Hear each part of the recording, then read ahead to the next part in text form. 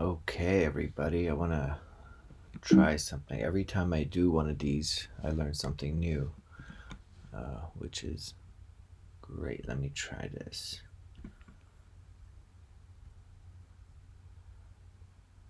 Okay, I think this is going to do a decent job of doing subtitles.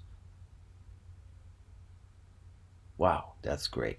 All right, so for this video, I want to talk about two pretty straightforward scenarios that we're going to use as a model to come back to.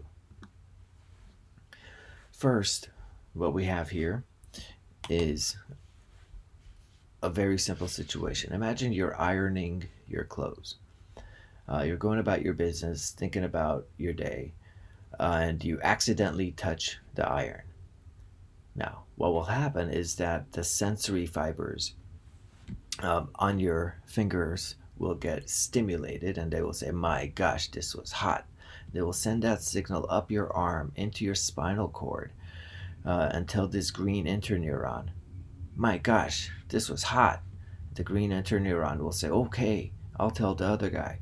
The other guy is the motor neuron. The motor neuron then says, really, that was hot? Okay, I will activate the arm. And it will fire the biceps muscle. It will contract, and your arm will pull away from the iron. Now, note, at no point did I mention the brain, because you do not need the brain for reflexes below the neck. Reflexes above the neck, like sneezing, flinching, wincing, do involve the brain. However, this is, below the level of the neck. So you have a purely spinal reflex. You could literally chop this man's head off and he would still do this reflex. Now, on the other hand, imagine this scenario. Instead of an iron, you're cooking stew. You have a hot date coming, and you've decided stew is the way you're going to go about this. Now, you're also hungry, and food is hard to come by. So you've been hunting for your food, and you've put the stew together. You've spent a couple hours making it, and you're about to take it to the dining room table.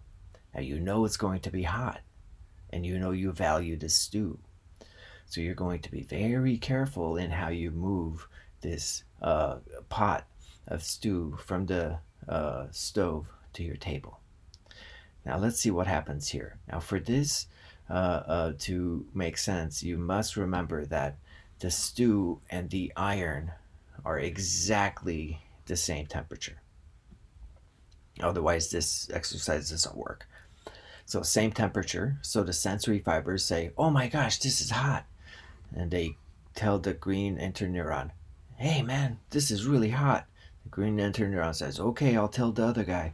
The other guy, the blue motor neuron, says, "That's hot. Okay, I don't care because look at this. We have this new player, this orange neuron." What this is inhibition coming down from the brain to the spinal cord, telling this motor neuron, "Hey man, take it easy.